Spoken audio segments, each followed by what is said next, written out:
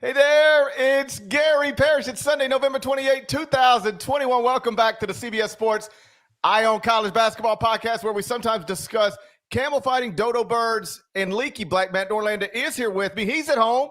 I'm at home. Lighting is amazing. We're live on YouTube right now. Norlander, we're on a podcast where we sometimes discuss. Yes. We're live. We are so live. I had the YouTube stream up, so I just got you echoing in my ears. I'm also rocking a new webcam, so this is a whole new situation here. But yes, we are live. Shouts to everyone that's actually watching the first ever college basketball video podcast live. This has never been done before. No other college basketball podcast has ever been live on video until this one right here. So thank you for joining us. You can obviously chat in that side room there, and feel free. I'm not going to be able to see what you're texting and tweeting and chatting about, but Kanata, our producer, is, and I'm going to make Kanata say hello at some point on this podcast. He has a microphone ready, but it's great to be here for you. If, by the way, you're listen to the OGs that still want to go podcast audio only, not video. I hear you. I feel you. I respect you. But the benefit to all of this is that if we do talk about something and you're interested in watching it later, or if I say something idiotic, which will happen, and you want to see how Parrish reacts to it, you can obviously do that. Kanata will link to the episode in the podcast description, no matter where you're listening to this. And also, if you are listening to the podcast, but you're like, I forgot, I didn't know they were going to be live. I know a lot of you, some of you aren't on Twitter.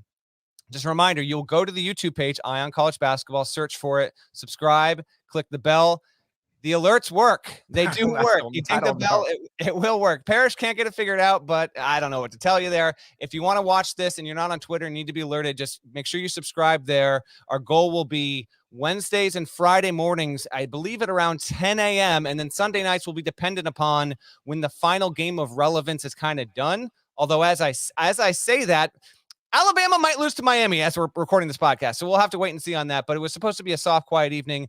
We'll try and keep you as informed on when the show will be live. So if you want to watch in real time, we obviously want to have you there to experience that with us. But that's our general template for the season, emergency episodes aside. Sunday nights, Wednesday and Friday mornings around 10 a.m. Eastern will be the rhythm, provided our travel and other things don't get in the way. Yeah, and so if you haven't subscribed yet, please go subscribe. I can't vouch for the alerts. All right, I have notes that I get from bosses that tell me the alerts work. I'm just telling you, I never got one. The only alert I get every day is, for some reason, my wife has an alarm on her iPhone that goes off at 5 a.m., even though she's never gotten up at 5 a.m. It wakes us up at 5 a.m. every morning. No explanation for it. Nobody's getting out of bed till 6. But the thing goes off every morning at 5. So if I could trade that alert for an actual YouTube alert, it'd be a trade done immediately. So please go subscribe, get your alerts. And also don't forget to subscribe over on Apple Podcast as well. And while you're there, if you got a second, leave a nice review, 5 stars. You guys have been great about that. But we did get a recent 1-star review, Deadleg, a recent 1-star review. And do you know why? I don't know why. I didn't read it, but I'm gonna guess that the podcast wasn't live on video yet. Nope, it had nothing to do with that. The gentleman, the 1-star reviewer, he was upset with us because he thought that we were promoting premarital sex. And I just like to state for the record, we have never promoted premarital sex. We just appreciate and enjoy. We love premarital sex. I'm gonna promote it. You do promote it? I promote, yeah. Okay. You can promote as someone with actual experience in this, yes, I'm going to promote it. Yeah. I have experience in premarital sex as well. Safe, consensual premarital sex. To anyone that had the over-under on 7.5 minutes before we mentioned premarital sex on a live podcast, whoever had the under, congrats. Yeah, Norlander can promote it if he wants to. I never wanted to promote it. Like, if you don't want to have premarital sex, you shouldn't, I guess. Totally missing out, but your decision. It's fine. I just appreciate premarital sex and have, routinely from time to time pointed that out on the podcast. So do me a favor. If you're out there and you enjoy this podcast and you've ever had premarital sex, please go leave a 5-star review at Apple Podcast. And if you want to type a few words about how much you appreciate premarital sex, we can start to balance these things out a little bit, Just balance them out a little bit. The thing is, I feel like that listener, I didn't read the review yet, but I feel like the listener might have been leaning into a bit. Like, do we actually think there's someone out there that was like, I'm fed up with this? Oh, dude, I've been listening to this podcast for 6 years and never left a review. But these gentlemen. Oh, that's exactly what it was.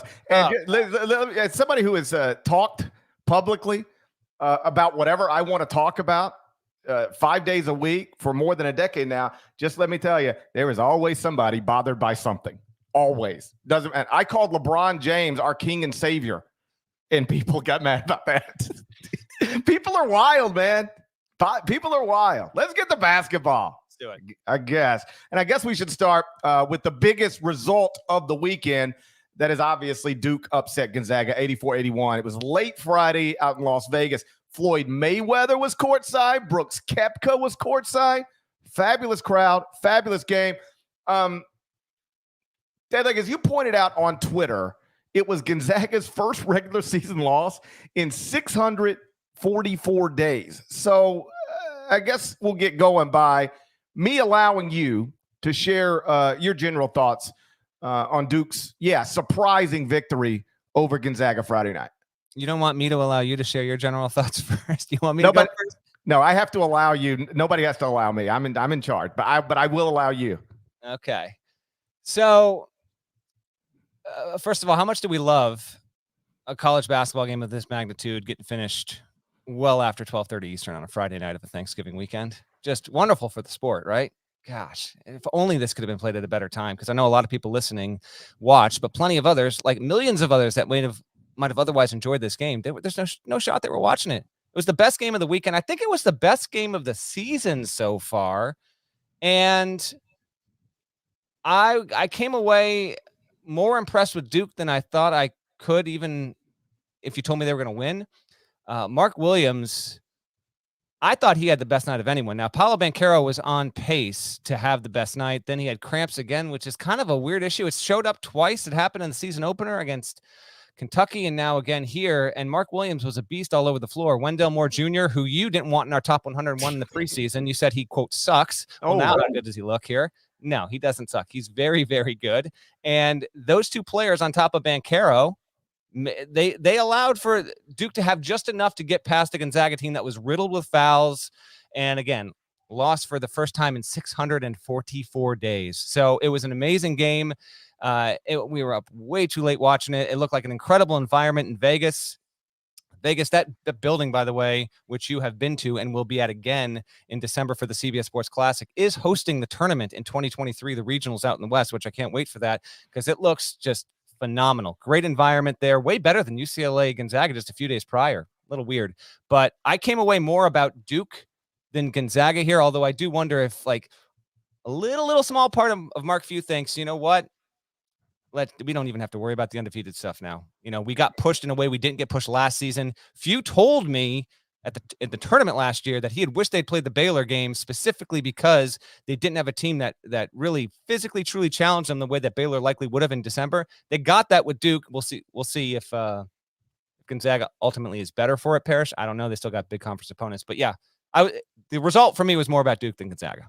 I've always thought, Baylor might have, not always thought, like I thought Gonzaga was going to win the national championship last season, but after it was over, I did think that if that game would have been played in the regular season between those two teams, the championship game would have been more competitive. Baylor might have beat them twice. Baylor was awesome, but I think Gonzaga came out and they didn't know what they were involved in. I think Mark has even hinted at that a little bit. Like they didn't know they were in for what they were in for until they were in it and they were down and they could not recover. I think if you take that beating, if it would have been a beating in the regular season, you are more properly prepared for it in the NCAA tournament. So I guarantee you're right. Mark is now not happy that they lost, but any good coach in any sport is going to try to take a loss and turn it into a positive. And so you try to find the silver linings from this one. And among those are that you don't have to answer the undefeated talk. You don't have that additional pressure all season. But also it's like, okay, like if we're going to go try to win the first championship in school history, we now know, we've seen it, like the type of team we're going to have to deal with on the way there. Maybe it's Duke, maybe it's somebody else, but that's the type of team you're going to have to beat at some point in that bracket. And oh, by the way, like it's a big it was an upset and it pushes Gonzaga down the rankings, pushes Duke up the rankings. It was the game could have gone either direction. Like you play that game again tonight and Gonzaga might win it. You play it again tomorrow, Duke might win it. Then the next day, Gonzaga might win it. The Zags did shoot 53.1% from the field. So they didn't play poorly. They just had 17 turnovers. Duke only had 8. Duke ended up taking 3 more shots and 14 more free throws than Gonzaga. And that's why Duke was able to win the game despite shooting 6.8 percentage points worse from the field. Coming in, I think the game was mostly about, are the Zags going to run another preseason top 10 team off the court? And, oh, wow, isn't this nice? Paolo Banchero and Chet Holmgren on the same court. Those guys didn't play each other much in terms of one trying to stop the other, but Paulo probably had the better game. 21 points, 5 rebounds, 2 assists. Had cramps again, like you mentioned. That's an issue. Like, what is good? Like, he's young and strong and healthy. You shouldn't be dealing with that. They got to figure that out. You can't be in high-profile games going to the locker room because of cramps. And I'm confident they'll figure that out. Chet was also good, had his moments. Wasn't able to make a shot from the perimeter the way he typically does, but still had 16 points, 7 rebounds, and 3 blocks. But I think the consensus out of that was that Mark Williams had the best game of anybody on the court. 8 of 9 from the field, 17 points, 9 rebounds, 5 blocks. So Chet Holmgren had been lauded as like this unbelievable rim protector, and he is, but it was Mark Williams who actually had more blocks in this high-profile showdown. So I think the game entering was mostly about the stuff that we've already noted. Coming out of it, it's like, oh, wow, Duke really might be the best team in the country. Oh, wow, Mike Krzyzewski really might be able to end his career with a walk-off national championship. And, we talked about it all offseason. Duke was never going to be number 1 in the preseason, and Duke was never going to be the favorite to win the title. But they seem to, on paper, have the type of pieces that you need to do it, like legitimate NBA talent and, veterans that can serve as great complementary pieces. And I'll cop to it. I was arguing against Wendell Moore Jr. being included on our top 101. I thought that our group chats were supposed to stay mostly private, but I guess not. But I was arguing against him. And if I would have been successful, our list would have been less good because he's clearly one of the best 101 players in college basketball. He didn't say he sucks. I was saying that for dramatic effect because I was fighting for him to be on it because I thought, here's what I thought. I thought it would be Banchero, clearly the best player on Duke's roster. And then after that, were any of these freshmen going to be able to be more productive than Wendell coming back? And I didn't totally buy into it. Now I think I might wind up being wrong on that as well. Although to be fair, he had 20 points, 16 came in the second half. He had 6 rebounds, 6 assists, and 4 steals. He was awesome. But I think some of this is all connected. Banchero's been awesome. Mark Williams had a revelatory kind of performance there. But the big takeaway, like if you were expecting to be able to hate on Duke again and thought they might not be what they were 2 years ago and would be more like last season, with Wendell Moore playing the way that he does, that's really what I think locks them into being this good. So I just want to be a little bit clear about that. He's been unreal in how reliable he's been. His statistics have been phenomenal. I mean, Banchero's leading the team in scoring. Moore's not that far behind him. Rebound numbers per game, assists per game, they're all very, very good. And so, yeah, it's all kind of coming together for Duke, and that's reflected in the fact that you made the decision after this game happened. Neutral court, 20,389 people, the largest, by the way, ever to see a basketball game in the state of Nevada on Friday night. It was the biggest crowd ever in that state for a basketball game, which is kind of cool. You decided it's enough for me. I go Duke 1, Gonzaga 2, and then you drop Purdue down to 3 instead of bumping Purdue up to number 1. I'll be interested to see if that's the case on Monday because, as Purdue fans well know, and general public probably doesn't, no team has more appearances all time in the history of the AP Top 25 without getting a number 1 ranking than Purdue. We wait and see if the voters reflect what GP did by putting Duke number 1, or if they'll slide up the Boilermakers, which are ahead of the Blue Devils, but by nature of beating Gonzaga, it complicates it just a little bit. Purdue fans are not big fans of the top 25 and 1 right now. I've been accused of all sorts of biases. there's this thing somewhere. Gary Parrish has always hated Purdue. Like, what? Why would I even? Jerry Palm is a Purdue alum. My friend Julie Villanova is a Purdue alum. I love Matt Painter. I love Purdue. I just made the choice to move Duke to number 1, and you can easily back it up. Like, it's not difficult, right? They were ranked wherever they were ranked. But they're sitting here last week in November. They're undefeated, and they've got 2 wins better than anybody else's 2 wins. Like, nobody can match their top 2 wins. One of them over the consensus preseason number 1 team in the country, and the other one over a Kentucky team that, looks like it's going to compete for an SEC title.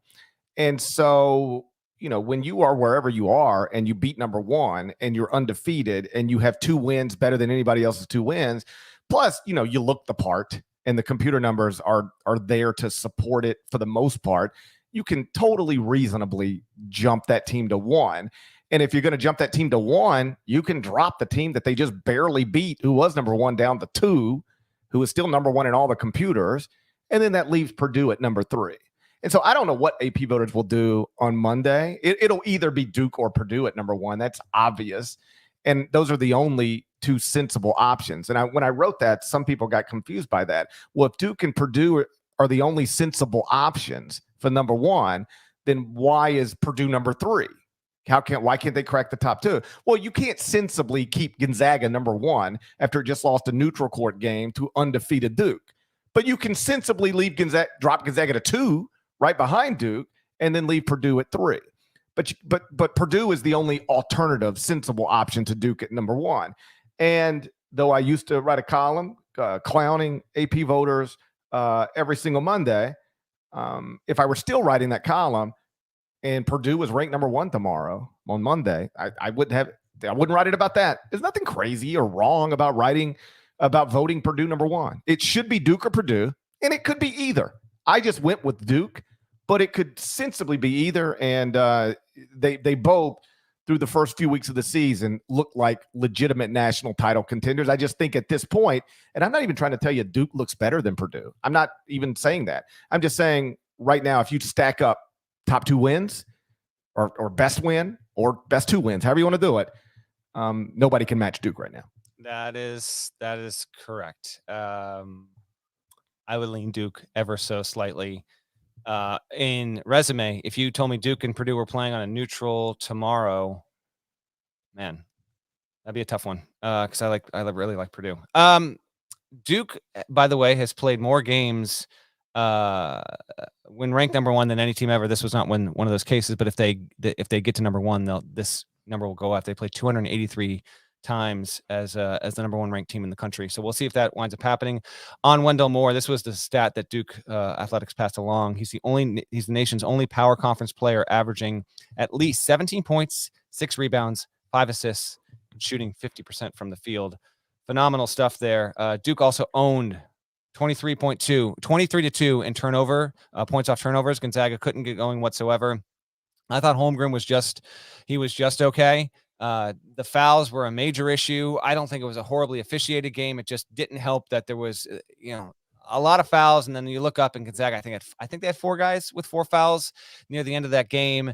And one of them was a foul against Williams when Timmy went up. I just love seeing that play. I didn't know Timmy had it in him to take on Mark Williams, really go to the rack and try and slam it down on him. And Williams made a beautiful block, barely any body contact. Shouldn't have been a foul on Williams. Timmy wound up having 4, and Gonzaga still has a few more opportunities, but in losing this game, loses a big opportunity against a potential number 1 seed candidate in Duke. Getting that kind of high level quad 1 win could wind up paying off, because we'll wait and see what the rest of the conference brings with Gonzaga. The WCC is up. Shouts to BYU, still undefeated. San Francisco Dons. San Francisco's 8-0. They're the only team with 8 wins in the country, and they're in the WCC. So Todd Golden's doing a good job there, and Gonzaga will have good opportunities. I think healthier opportunities in conference play down the road. So if you're a Gonzaga fan and you're wondering, is a loss like this going to damage you from a number 1 seed perspective? Not yet. You still got big non-conference profile games against Texas Tech and Alabama. And there's another one in there. I don't have the schedule up in front of me. And then you'll have opportunities, obviously, in the conference to get quad 1 wins. But again, this was more about, to me, it was just about Duke. It's like, okay, opening night was one thing. Then they played a bunch of pushovers. Here was the second real contest, and they showed up, showed out, played well. And Banchero missed 7 minutes of action because of cramps. So it could have not even been as close if he was fully a go and able to play and had continued that. It might not have even been as close as it was, but thankful that it was close. And we got, in my estimation, the best game through the first 18 days of the season. One last thing on Duke. It should be noted, AJ Griffin, did you even notice him? I noticed that. I noticed that I wasn't noticing him. I actually mentioned in our Slack chat that he wasn't getting any burn, and I thought that was kind of telling. He played 6 minutes. Now, remember, he had that preseason injury that kept him away from practice. And I've heard it from enough coaches to just trust that it's true. When those first-year players miss significant time in the preseason or offseason, it really gets them behind. It's why we've had a little run in recent years of high school players graduating early and like joining in the semester. And you're like, oh, wow, it's a top 15 prospect. He might, and what a coach will tell you, whether it's John Calipari or anybody else who's handled these types of players, and it appears Kentucky's going to have another one with Shaden Sharp enrolling early. But I think the plan right now is for him not to play. And the reason is because when you miss that kind, it's hard to catch up, man. It's just when you miss time, you get left behind as a first-year player. And it seems obvious that has happened to AJ Griffin at this point. He's just not ready to be a contributor for this caliber of team right now.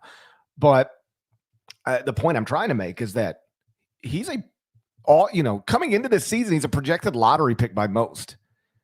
And Duke is number one in the country, at least according to me right now. And they've got nothing from him. So what if he shows up? Like, what if he starts to actually be the player that he is as a prospect? Well, then they just got another incredible weapon. And so it'll be interesting to keep an eye on that going forward. Like when or if, but I think it's more when rather than if. When will he start to be a real role player, like 25-minute a game guy on this team, 22-minute a game guy on this team? Because if you can tap into that talent, well, then you've just added another possible lottery pick to a team that is obviously great without him. And that makes Duke, in theory, that much more dangerous. Here's a question for you. Is Iowa State legitimately good after being picked last in the Big 12? We will discuss the Cyclones next. But first, check this out. So there's already one team in the top 25 and one that I never expected to be there this season. It's Iowa State. The Cyclones went 2-22 last season, 0-18 in the Big 12. I mean, awful. They fire Steve Prohm, hire TJ Otzelberger, and now they're 6-0 with a 12-point win over Xavier and a 19-point win over Memphis. That's 2 double-digit wins over teams that were ranked in last Monday's AP poll. Now, it's unclear if these results say more about Iowa State or Xavier and Memphis, but when you're 6-0 with those wins, it's worthy of attention, especially when the expectations were so low. So I put Iowa State in the top 25 and one on Sunday morning, and I know that the computer numbers still don't support it because there's a lot of preseason, last season data in there. But if you're just basing rankings on what we've seen so far this season, 6-0 with like one good win, it could be fluky. 2 in a row makes me think there might really be something there. Would you have put Iowa State, if you were dumb enough to rank basketball teams every morning, would you have put Iowa State in your top 26? Computer numbers do support it, GP. Torvik's rankings, when you eliminate preseason bias, Iowa State, 20th best performing team since the season started. Well, let me stop you there because I tried to figure out how to do that. I can't figure it out. You know what? No one tell him. Please tell me. I spent 20 minutes at barttorvik.com over the weekend trying to focus on this season's stat just exactly. And I might as well have been trying to get YouTube alerts. It was so futile. What's stopping you from simply just shooting me a phone call?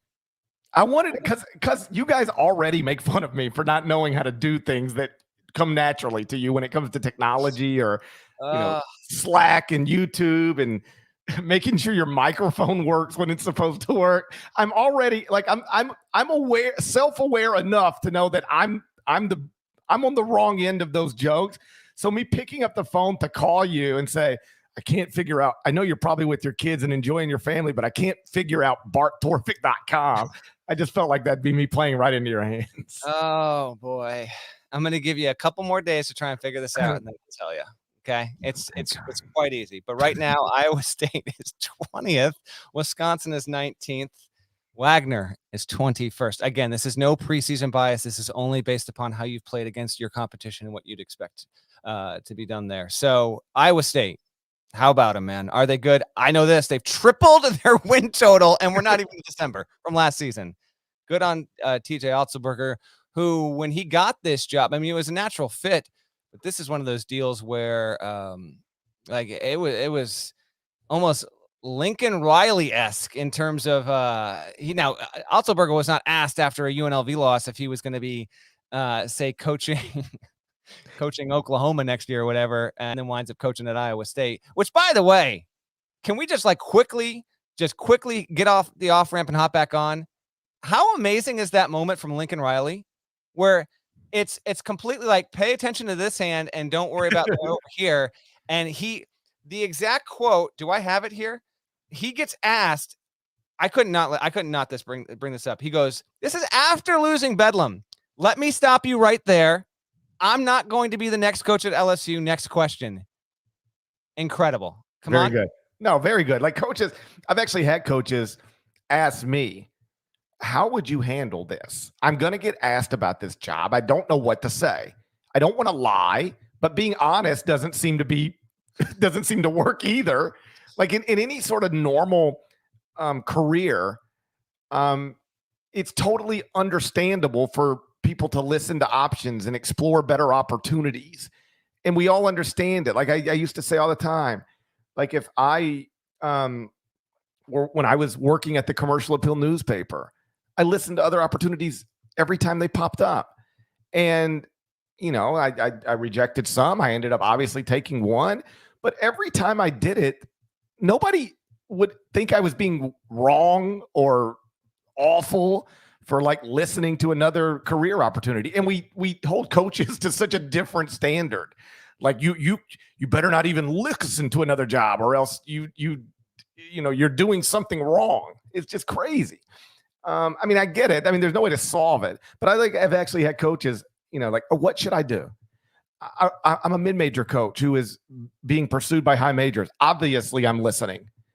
I don't know. It doesn't mean I don't like my job, but if I'm going to make 3 times as much money and be able to have charter, I have to consider that. But my fans won't understand if I tell them, of course I'm considering that. Doesn't mean I'll go. It's a complicated deal. Weird deal, but undeniably complicated. And so Lincoln Riley, he did this thing where he jumped out in front of it as if he's killing it. Like, guys, hey, before we even go there, just let me tell you, I'm not going to be the head coach at LSU. And in reality, it's because I'm going to be the head coach at USC. But at that point, nobody stood up and said, well, what about USC? So that means, Lincoln, right now you're willing to tell us you're staying at Oklahoma and going to coach Oklahoma next season. Just no one thought to ask it in the room. They didn't think to clarify. It's like the Aaron Rodgers. Yeah, I'm immunized. No clarification in the room. And it's exactly right. It's the exact same thing. Like, you throw something out there that's technically true, but totally misleading. That's what Lincoln Riley did. And I saw some people on Twitter, and I promise we'll get back to basketball, Iowa State specifically, in a moment. But they're like, why would Lincoln Riley do this? What? Why wouldn't he?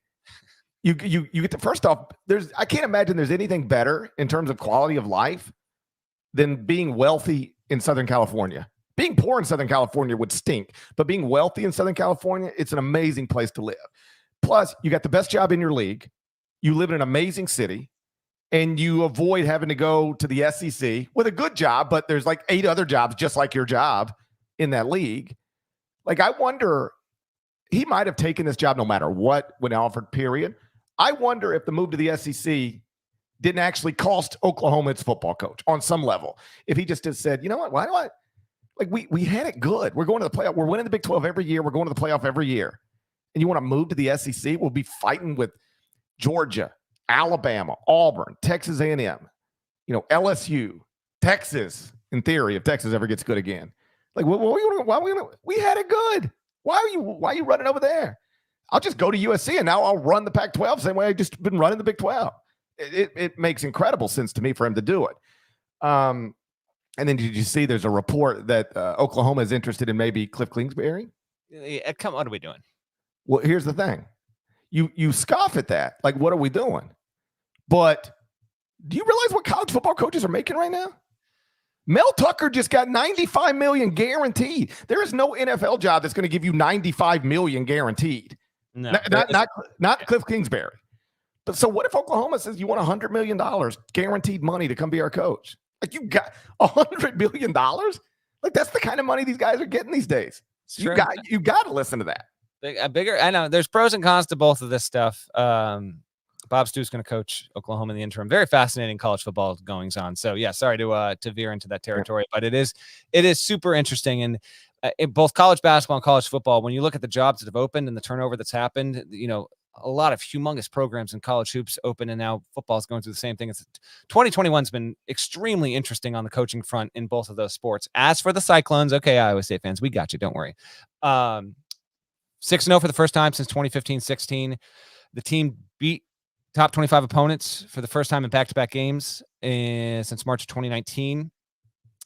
They were able to get a great play out of Gabe Kalsher, who had 30 against Memphis. Isaiah Brockington went for 30 the night before, or 2 nights before, against Xavier. That hasn't happened between Iowa State opponents, 2 different guys going for at least 30 in consecutive games in 33 years, I think I saw. So phenomenal. And they're getting off to a good start. They in 5 of their 6 games, they've been leading at the half. So this qualifies as one of the most surprising teams in the country. No doubt about it. I'll be talking with TJ Otzelberger on Monday. The Court Report's debut at CBSSports.com will be Wednesday. Iowa State will be featured in that after I talk to TJ and basically get the scoop on how he's been able to do this. Xavier was I can tell you how he did it. Okay.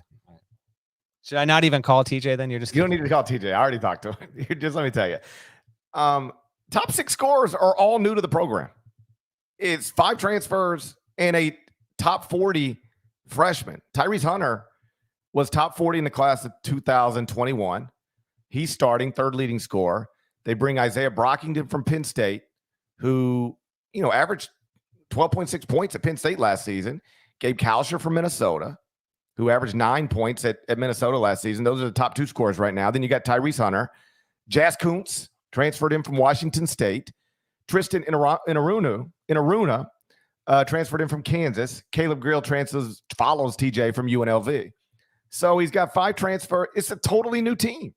So it was very easy for all of us to say, oh, Iowa State only won 2 games last. Those dudes that won 2 games last season ain't got nothing to do with what's happening right now. It's all new, capable transfers and a high-level freshman.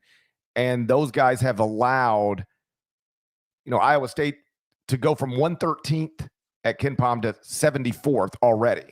That's a 39-spot improvement over a 6-game span. And so put all that in your court report. I got it. I'll circle back to Iowa State in a second. This is all in the NIT, so Wednesday, Friday. Virginia Tech gets out of there without a win, period. And it played Memphis close, but it lost, and it lost Xavier in a tight one. So it goes from 5-0 to 5-2. Doesn't have a good win yet. Virginia Tech. Xavier goes 1-1, loses Iowa State, beats Virginia Tech. Getting out of that 1-1, I think, is actually extremely important for Xavier and its chances down the road.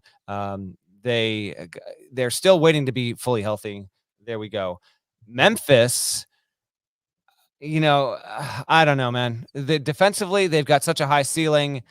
I watched most of both of these games, and they are just a nightmare to watch with the ball, man. They do not have a point guard, and it is horrendous. So I know you talk about the Tigers all the time on your radio show, and we talk about it here, and we poke fun and all that.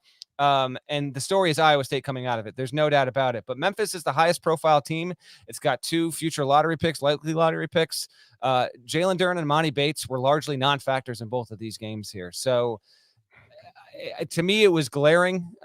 Credit to Iowa State because they won the games. They deserve it. In fact, I tweeted about Memphis. Iowa State fans got all on me for that. Listen, the Clones are doing wonderful. You're getting some. Memphis ain't going to be in the court report on Wednesday, okay? So more love coming there. But come on now, Parrish. This team, they got to figure it out. And maybe you can't. Maybe they will have a certain ceiling that's going to be very opponent dependent.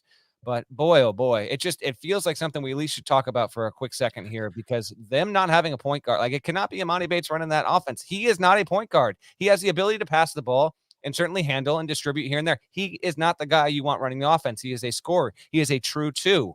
And the guys they have in there, it's kind of a rotating cast of who's going to run the offense. It's a problem for the Tigers. They have one natural point guard on the roster. It's Alex Lomax. And with all due respect, I say this as nicely as I can say it because I like Alex Lomax. Like, I want him to graduate college, get a great job, and move next door to me, and we can raise our families together. I like him as a person. He's not good enough to play this number of minutes at that position for a team that has these aspirations. And this isn't one of those deals where, yeah, but he's young and maybe he'll get back. He's played 90-something games. He's a senior. He is what he is. And what he is somebody averaging 5.2 points, 3 assists, 2.7 turnovers a game, shooting 36% from the field, 14.3% from three. He is a non-shooter, non-driver, non-finisher. Like, even the things people say he's supposed to do well, he doesn't do those things well.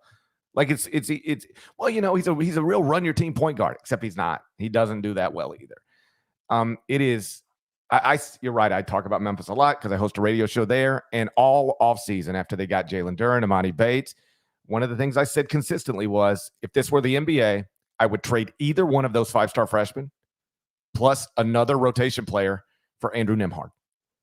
I would like that's what they need, a point guard, and they don't have one. And they might be able to be really good, despite not having a point guard, because they thought they would. If you talk to the coaching staff in the offseason, it was going to be point guard by committee. Listen, all we got to do is get the ball across half court, get us into our offense. It'll be fine. So obviously not fine. They had 23 turnovers against Iowa State.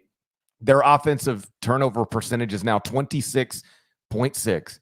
That ranks 353rd in the country. The only teams worse at taking care of the ball are IUPUI, Houston Baptist, Grambling State, UT Arlington, and Jacksonville.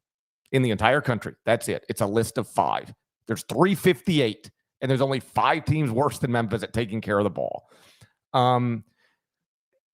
At this point, and it's really interesting because Penny has shown the ability to enroll, whatever he wants.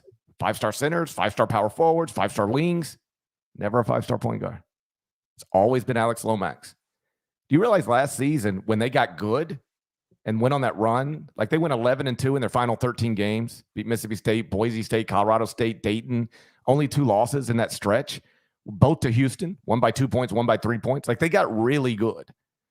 Kelvin Sampson subsequently told, I think, my buddy John Rothstein, that, we went to the Final Four. We played 4 games. We won 4 games to get to the Final Four, and none of those games were as hard as the 2 games against Memphis. Memphis got good last season. You know when they got good? When Alex Lomax got hurt. He was unavailable. Penny couldn't use him. Didn't have him as an option.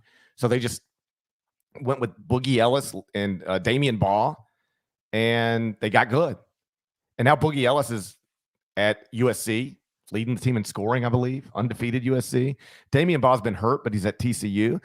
Those guys got so frustrated with not being the primary guard. This isn't the only reason they transferred, but you don't have to be a genius to assume like Boogie Ellis is like, I came here to be a point guard and I'm, not playing that position as much as I'd like because of Alex Lomax. Yeah, I'm gonna go back to California. And then they didn't prioritize it in the transfer portal. And oh, by the way, the number 1 point guard prospect in America, Kennedy Chandler, is from Memphis. I mean, it's like I don't know, but there are Memphis fans who are convinced he just didn't want to recruit over Alex's head. I don't know that I believe that, but I know whatever caused this, they are now stuck with an incredibly talented roster that is amazing defensively, but they cannot run a half-court offense, and it is largely because they don't have a quality point guard. It's not only because, but it's largely because. And at this point, I would just start trying any option other than Alex Lomax. Anything. You know what he is. So try anything. Let Earl Timberlake work through it. Earl Timberlake's my point guard, for better or worse. Let's see how it goes. And then I would simplify the offense. Whatever it is they're teaching it's not working. It's not coming through. I'm sure it all sounds great in an office, on a dry erase board, but it is clearly not connecting with the players. And this is not this isn't just a early season thing for them. It was the same thing last season. They were great defensively and very bad offensively. And so far this season, it's a lot of the same stuff. They've got to just turn another direction at point guard and simplify the offense because like what they've been doing, it's at this point, it's pretty clear it's not going to work. Want to take a little tour of the weekend? Yeah, because there were some other interesting things besides what happened in Las Vegas and what happened in Brooklyn. But before we get to some of those more interesting results, allow me to remind you that the CBS Sports Store, are you familiar with the CBS Sports Store, Deadleg? Of course. Having a cyber sale. I believe tomorrow's Cyber Monday. I believe we're on Cyber Monday Eve right now. We are. I think this is what they call Cyber Monday Eve. We're spending our Cyber Monday Eve live on YouTube. Who'd have ever imagined either of those things 20 years ago? 10 years ago. You know what I'm saying? The world's changing rapidly. It is. You hear about this new variant? We're not at the end of the podcast yet. They're having a cyber sale at the CBS Sports Store through 11:59 p.m. Eastern on Monday night. And so there's Ion College basketball apparel available there. Hats, shirts, hoodies, coffee mugs, pint glasses, water bottles, stickers. I might buy something for myself. Do you have any Ion College basketball apparel? Do you own it? Your man is in the process of trying to make some legitimately good Ion College basketball apparel a thing. So anyone watching live now, we don't have anything yet, but that will be something for later in the year. Are you suggesting that what's in the CBS Sports Store is not good? It's not up to this podcast standards. Oh, wow. Yeah. There are many amazing things in the sports store. We are going to do better than merely an Ion College basketball logo on a t-shirt. So I would imagine at some point. Wow, maybe we shouldn't have promoted the store if you were just going to crap on it. I would imagine no, everything is good except the shirts for this specific podcast. I would imagine at some point we will incorporate some kind of podcast shirt that also has a dodo bird on it, just for example. So we want to give those listeners an opportunity. It's just not ready yet. But everything else, absolutely. Cyber Monday. Let's get it going. You know? So if you want to go buy some merchandise that Deadleg frowns upon, you can do it. The website is store.cbssports.com. That's store.cbssports.com. Man, if we weren't live, I'd take this out already. It's all good. I've already talked about it with the bosses. So okay. They are in agreement that our shirts are not up to standards. Kansas Dayton got to lead on this, okay? Because of this a big weekend all around, but this particular moment is why we need to start with what the Flyers, who won the ESPN Events Invitational on Sunday. Before that happened, this happened. Now Smith. They're looking for Smith to drive the basketball. They're looking for him to drive the basketball. And there he goes. There he goes. Drive the basket. They get it back, though. They get it back. Seal for the win. Oh my God. Oh, my God. It went down. Oh, my God. Look at the bedlam. Look at the bedlam. I can't believe it. I can't believe it, Boom. I can't believe it, Boom. I mean, we absolutely love it. By the way, at the end of that highlight, you see Bill Self going over to give a high five to Dayton's bench. This was a great thing that I noticed. Mark Few was like all smiles after Duke beat him. And like Bill Self is like throwing high fives at the Dayton coaches when they were able to get that win. Mustafa Amzil hit the buzzer beater. How about this? It was his only shot attempt of the day.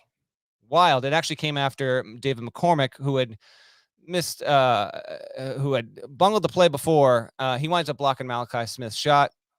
Dayton gets the ball back, and they wind up winning it. It was just an awesome call. I mean, that bounced, and to hear Vite, like we've talked about Dickie V on recent podcasts. Obviously, it was wonderful to have him back, and I love that he got this moment, man. It's phenomenal there. So Dayton gets a big win. They've got officially the weirdest resume in college basketball. I don't know if some teams beat. I mean, no, there's nothing weirder than their resume. I imagine you probably, yeah. I mean, you by nature, you probably are like, do I need to give Dayton a look for top 25-1? And then you look at who they lost to, and you're like, there's no way I can put this team in. They have beaten Kansas, Miami, and Belmont. Yeah, they got the win over Belmont Sunday. Yes, and they have lost to Lipscomb, Austin Peay, and UMass Lowell. Dayton, I looked this up earlier today. First team to beat Kansas and Elvis Presley's to beat Kansas and lose to Elvis Presley's alma mater in the same month in the history of college basketball. Oh, it was historic. This is the only college basketball podcast that is live on video, and it's the only college basketball podcast where you're getting those nuggets.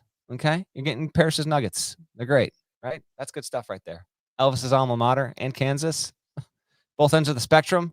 Come on now. By the way, second team. This is per ESPN stats and info because we properly credit on this podcast when we come upon stats that we didn't dig up ourselves. But I got. Oh, by the way, before we get out of here, I got a stat. Woo, baby.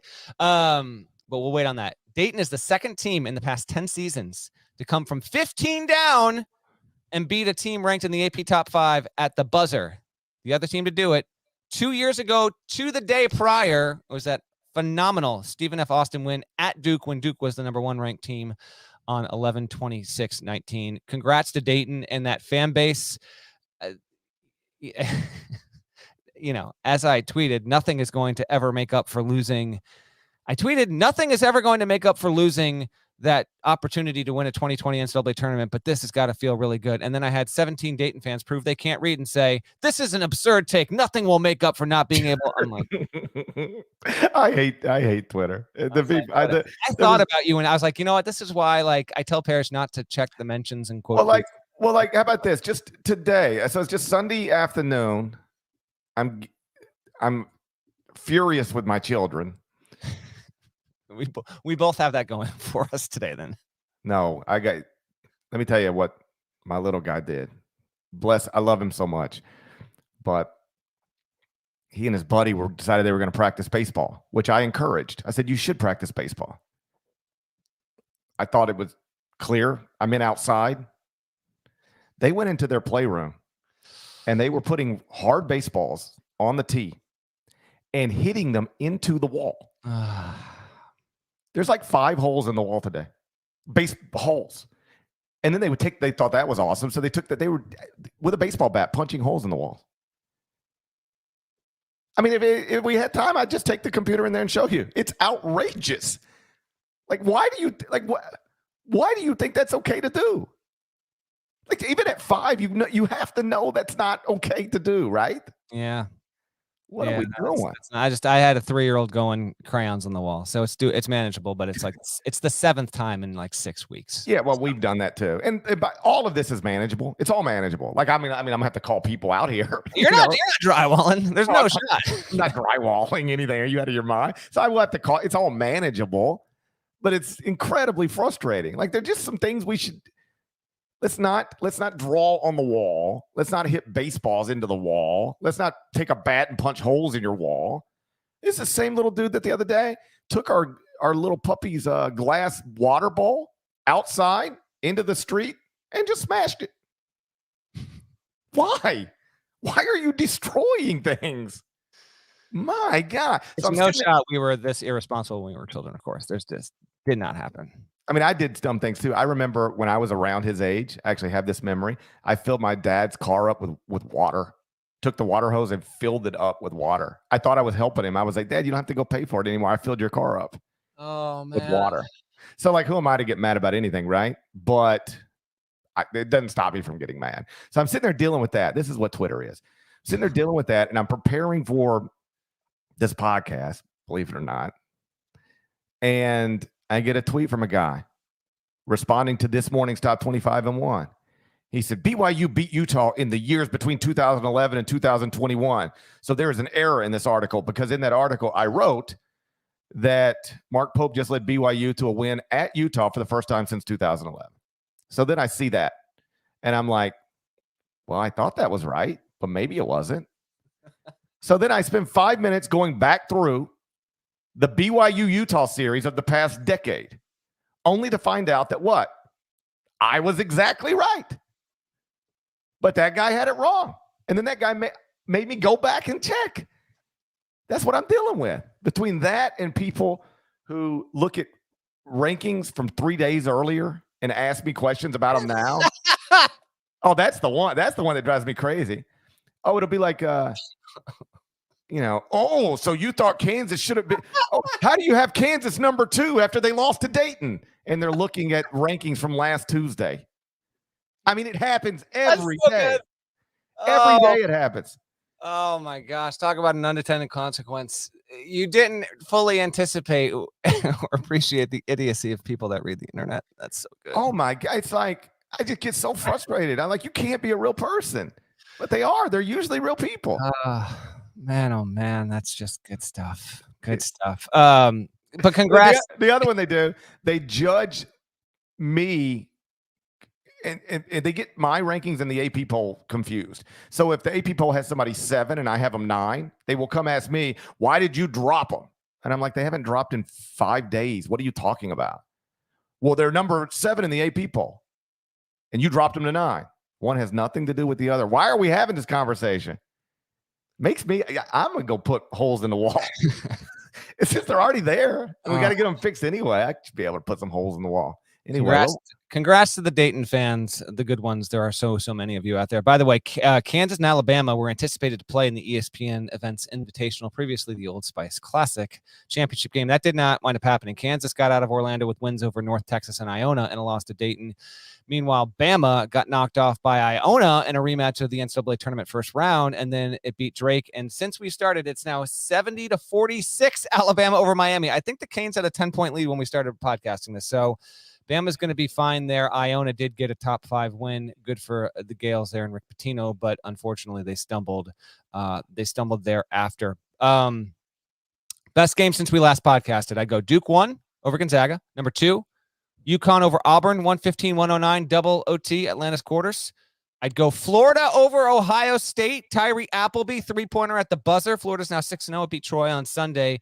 Gators with a huge win. Dayton over Kansas had ranked 4th. Great ending. Good game, but not as good as the others. And then Iona over Alabama was also a really good one. How about some love to some teams that got it done around the country? Baylor is awesome. We talked about Duke and how great it can be. Baylor has a 13-game win streak against D1 competition. That's the longest in the sport. It's won 31 consecutive non-conference games by 20-plus points. It won the battle for Atlantis and was never fully challenged. Other teams that won tournament competition, Wisconsin won Maui, which was in Vegas. Jonathan Davis is, he's going to be better than I think almost anyone thought. And because of that, Wisconsin, how about this, Badgers fans? I tweeted this out and I included it in my power rankings. All but 2 teams since Maui began in '84 have won Maui and gone on to play in the NCAA tournament, or in Kansas's case, it would have been a 1 seed, but there was no 2020 NCAA tournament. So the 2 teams were Providence in '84 and Vanderbilt in '86 or '87. So if you're a Wisconsin fan, the projection in the early part of the season was that you weren't going to necessarily be a tournament team. History suggests if you win Maui, you're going to get there. So 5-1 for the Badgers. Good for you. USC, which GP mentioned with Boogie Ellis, they're 6-0. They won the Wooden Legacy tournament. LSU is 7-0. It won the Emerald Coast Classic. Arkansas is 6-0. It won the Hall of Fame Classic. And then Louisville, without Chris Mack, whose 6-game suspension is now over, it won the Bahamas Classic. So those are some teams that got some tournament wins. You want to go anywhere with any of those, any other teams? I just wanted to give a quick update on some of the notable teams that really did well for themselves over the weekend, because Lord knows there were teams that did not do well for themselves. Well, I'm always interested in the players who make big jumps from, say, one season to the next, freshman to sophomore year, whatever. And if you're looking at that right now, Johnny Davis is one of those guys. At Wisconsin, he was a 3-star prospect in the class of 2020, like ranked 164th in the country, according to 24/7 Sports. Averaged 7 points per game last season, just a guy. He's now averaging 20.2 points per game. And the only game Wisconsin's lost is a game that he didn't play in. He had a lower body injury. That's the way it was described. So he didn't play against Providence. They lose to Providence. And then he got 30 against Houston. And I tend to focus on the idiotic emails or tweets I got. I did get a email from a Wisconsin fan over the weekend who was a little too angry. I didn't like his tone, but he was making good points. He was like, it is ridiculous that you're not ranking Wisconsin. Do you realize the only game we've lost is a game where Johnny Davis didn't play and he's clearly our best player, and this number and that number, and we just beat them. And I was like, all right, he's making a good point. Like, yeah, maybe I should rank Wisconsin, but there's no scenario I'm doing it now. And then St. Bonaventure had to get knocked out, and I put Wisconsin in on Sunday morning. So that's an example of a reader like looking at the rankings and saying, hey, I didn't like his tone, but he was right. I probably wasn't properly respecting what Wisconsin had done. But I got him in there now. And that's a nice little start to the story because, Greg Gard, I don't think he's on a hot seat. I don't think. But, it's been a little bit of a rough go, that weird audio came out over the offseason where he was having a pretty uncomfortable conversation with his senior. Just been some stuff around the program that hasn't been great. And so for them to get off to a nice start is obviously a good sign. Baylor, you mentioned, they're the only team in the country, top 5 in offensive and defensive adjusted efficiency, according to KenPom. Only one other team is top 10 in both. That's Houston. Baylor's top 5 in both, only team in the country. And here's another one where they've got, players making jumps. LJ Cryer, all these guys are role players on that championship team. And now LJ Cryer's, 14.7 points per game. Matthew Meyer is 11.3 points, 4.9 rebounds. James Akinjo from Arizona's scoring double digits. Kendall Brown, the 5-star freshman, doing, Baylor looks legit. They look, it's wild to think you could lose 4 starters, 2 NBA guards, and not enroll like this amazing recruiting class and still be a legitimate national championship contender. But they clearly are. Just want to give a shout here. Looks like Nada adjusted the comments here. We can actually see what's happening on YouTube, and you guys are chatty. This is really, really, really cool. And we got someone from Paris watching now. It's 8:15 Eastern. I got to figure Paris time is minimum 12:15, 1:15 in the morning. That's really, really cool. So thank you, seriously, to everyone that's hopped along in this first endeavor from a live perspective. That's really, really, really cool. Yeah, that's awesome. Nada, you're going to say hello before this podcast is done, by the way, but not yet. You mentioned Bonna. They lost to Northern Iowa. AJ Green, who is awesome, had 35 in that game. We've had either 17 or 18 teams that are ranked lose to unranked teams so far this season. Something in that number. I was trying to count it up earlier on Sunday. Bonna was a bad loss. Winthrop beat Washington. Oregon State lost to Penn State. Not a terrible loss, but Oregon State, I mean, shouts to Wayne Tinkle. The man got paid, and he's going to maybe have the worst team in the Pac-12. But the Pac-12's got plenty of competition because Washington State lost to Eastern Washington. Elsewhere, Monmouth beat Cincinnati. We can get to Rutgers in a second, I guess, if you want. They lost to UMass. I don't know what's going on with them at all. But we'll get to that with games to look at. But those are, a lot of the more high-profile stuff happened, and we're going to pay attention to that. But I'm not going to let the teams that took bad losses get out of here without a mention there. So we've got what's intriguing 2.5 weeks into the season is there's been a number of unexpected and bad losses, and it's not yet clear to me just how this tournament picture is gonna shake out. We still got a couple more weeks of non-conference play, but a lot of this damage has been done. A lot of teams have played at least half of their non-conference games, and these games really add up. They really matter because this is what you get judged against once we get to March there. So those were a few that didn't play all that well. Although I will give a shout to BYU. How about this one? How about this stat of the day? It's men's basketball team, women's basketball team, football team, volleyball team, and soccer did not lose a game in the month of November. Those teams win a combined 29-0. They also had individual members win medals at the cross-country national championships for NCAA men's and women's. BYU, team of the month. Good on them. So I want to give a little shout to that. I have the BYU channel. Dude, how about this?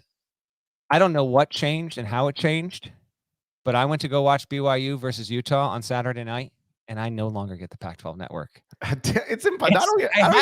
This was my thing. I didn't do anything.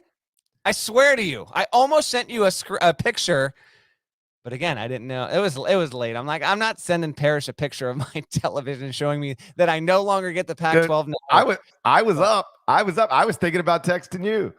I stumbled into the best big bank challenge I ever seen last night. I wish I'd have bookmarked it. I just didn't even. I was going to send it to you, and I was like, well, that's weird. That's a weird thing to do.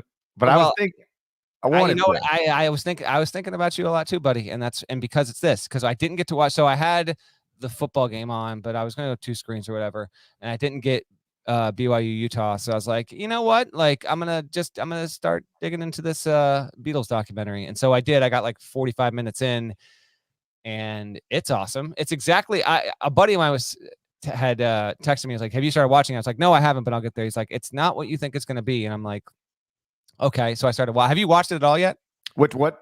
The Beatles documentary, Get Back. I started it, and then it was one of those late night starts, and then I fell asleep. It's like it's them in their creative process. I don't know. I'm only at 45 minutes in, but it's exactly what I want it to be. I think a lot of people it's not going to be what they think it is. I want to see those 4 dudes sitting around and kind of pensive, nearing the end of their relationship as a band, trying to songwrite. This is exactly what I want. So I don't know where it's going, but I'm loving what I'm watching so far. I don't. 9 hours is a lot. Obviously, but I can tell you this, while I was watching it, I was totally into it and totally interested in what it was, because it was just 4 geniuses, or at least 2. I don't know where you draw the line on geniuses. I put Harrison in that. No offense to him. Okay, so at least 3 geniuses. And what I didn't realize is, and again, it was late at night. I'm not always thinking so clear late at night. So correct me if I'm wrong, but it was like, I didn't realize they had like 2 weeks or 2 months. It was a pretty defined amount of time. Yeah. Like, all right, guys, we got to get this album together, and they're just working through. Right. I don't want to say they're starting from scratch, but they are writing these songs like, hey, we got to record something in 2 weeks. So let's get going. And these songs are being written in that time. It was pretty amazing to watch. Yeah, I didn't realize this was the case, that it's going to eventually lead up to the rooftop thing. And don't worry, we'll preview the games in just a second, but maybe I'm talking Beatles here first. I knew it was going to lead up to the famous rooftop gig, which was the last one they ever did as a group and all that stuff. But I didn't realize the circumstances surrounding it. So it's phenomenal to me that this has been something that has existed for 50 plus years that no one did anything with. And so it's really, really, really cool.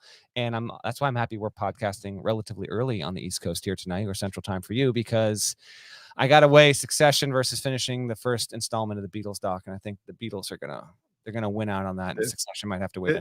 This week of work and travel it's got me all messed up on my TV. I'm still an episode behind on Succession, an episode behind on Curb. The latest episode of Curb, I think, is better than the latest episode of Succession, but they're both good. And this is from a week ago, so this is November 21st episodes. Yeah, I'm behind. I gotta get a little more focused. Quick tour. I gotta give you this amazing stat that I took like 20 minutes to figure out. You want to do games to know Monday, Tuesday? Yeah, you walk us through it. Okay, here we go. We have Big Ten ACC Challenge happening Monday. There's only 2 games of note: 6-0 Iowa at 5-2 Virginia. Iowa is 6-0. They've yet to play a legitimate opponent. All their 6 wins have come at home against sub 200 teams. So I'm curious to see what they do on the road against Virginia. And then the other game on Monday night is Notre Dame, which is 3-2 at Illinois, which is 4-2. Both teams have underwhelmed, and one of those 2 teams is going to be entering December with 3 losses, and that's going to be a little bit of an urgent situation. We wait and see. Illinois is at home. It's the better team. It should win that game, but we will wait and see on that. Illinois had some trouble over the weekend with UTRGV, and they eventually pulled away. Tuesday's much more heavy.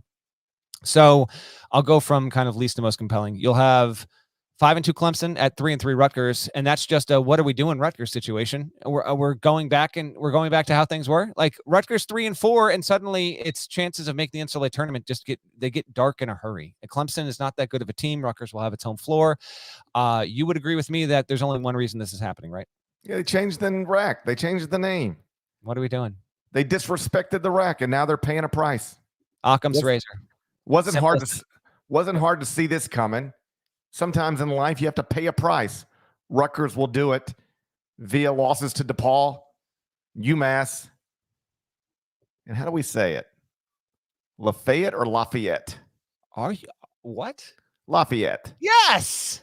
But in Mississippi, there's a Lafayette County. Oh, okay. That's like in most places it would be Darien. Hello, I think we just got Nana just zoomed in on us. Yeah, let's be careful with that. Let's get In most let's get that Zoom button under control. In most cases, it would be Darien, but in Connecticut, there's a town that is Darien, and it's spelled Darien, but it sounds like you're spelling it or saying it Darien, like dairy as in dairy, and then Ann as in the name Ann. So I hear you. It is Lafayette. Rutgers got to get it together, and it's the rack. What are we doing here? Indiana plays at Syracuse. Borderline must-win game for Syracuse. Indiana 6-0 on the road. Syracuse is 3-3. Again, this is Tuesday night, Big Ten ACC Challenge. Keep an eye on that.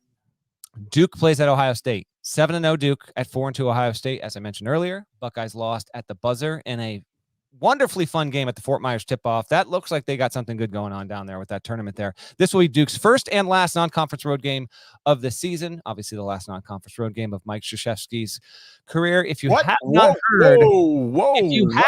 heard, you tell him. Yeah, this is operating a little under the radar. It's going to be interesting to see how long it takes before this becomes a big story. Agreed. But this is Mike Krzyzewski's last season coaching Duke. He's done after this. I'm actually a little bit annoyed with the mainstream media that this doesn't get discussed more. I want to know what they're hiding. He's done after this. Did you see the Brooks Koepka video? I did not. I heard there was a thing with that, but I didn't see it. Yeah, Brooks apparently got to meet Mike after the game, and you know, like if you're Brooks Koepka, even though you're Brooks Koepka, are you sure Mike Krzyzewski knows who you are? You're not sure. I don't know if you could be sure. You're not sure. Yeah, and so it must be cool because Brooks walks up and he's like reaching his hand out like you're going to meet somebody, and Mike says to Brooks, he says, "Hey, you don't." Before Brooks can even say anything, he says, "You don't know this, but I love you. I was rooting for you today, and I thought you handled yourself really well."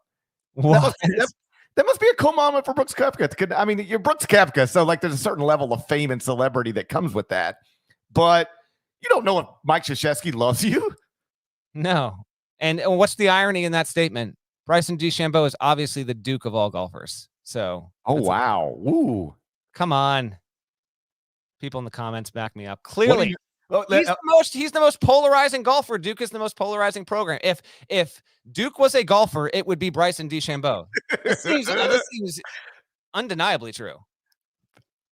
Don't agree? Well, I hadn't thought about it, but I now that you hear it. But when I think of Bryson DeChambeau, I think of kind of a nerdy golfer who's white. He is white, who is getting bullied and thought that he could go out and get real buff and start hitting it further than everybody else, and then he would get the respect and people still pick on him and make fun of him. Does that sound like Duke to you? Yeah, I think there's some comparisons there. That's me. Duke at Ohio State. Ohio State with a humongous opportunity there.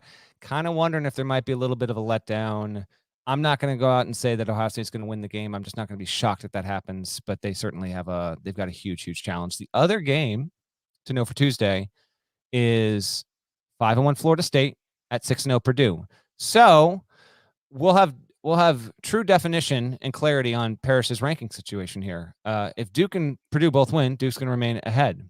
If Purdue loses and Duke wins, it's not even a discussion. But if Duke loses and Purdue wins, you know what's going to happen there.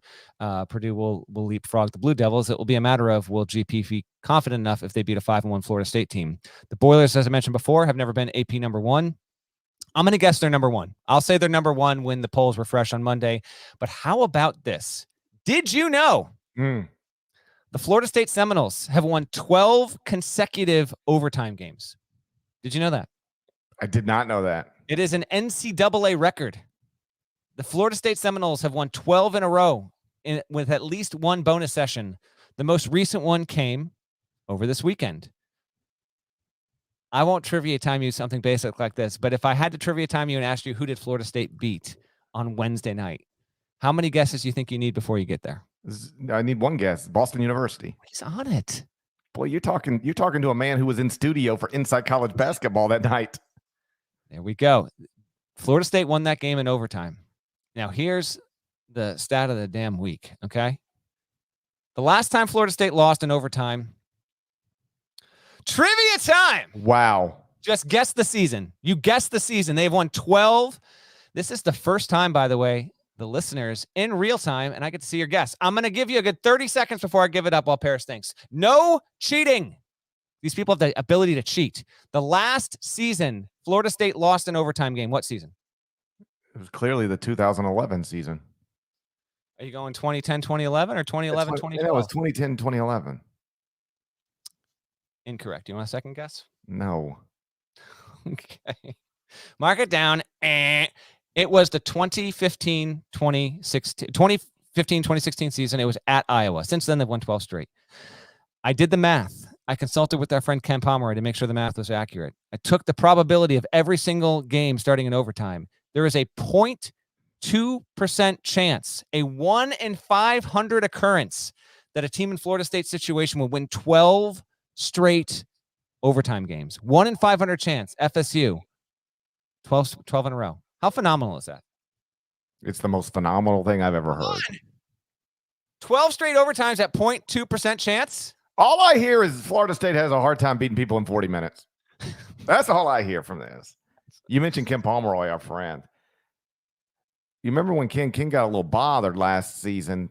He didn't feel like people were properly crediting him enough on television. We could not do it more on this podcast if we tried. How about this? I do it so much on television, so I just assume he wasn't talking about me. It's the other scoundrels. I do it so much that my colleagues now make fun of me live on air. Pete Gillen is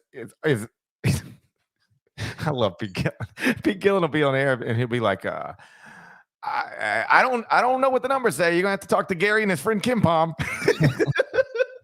It's like, oh, Gary and Ken Pom, like we're dating, like we're Kim Kardashian and Obviously, Pete Davidson. Ken Pom is Ken Pom. He's on the Ion College Basketball Podcast more than Leave It to Beaver reruns. So let the record show, I credit Ken Pom so much that the other people I always assume they make fun of me behind my back.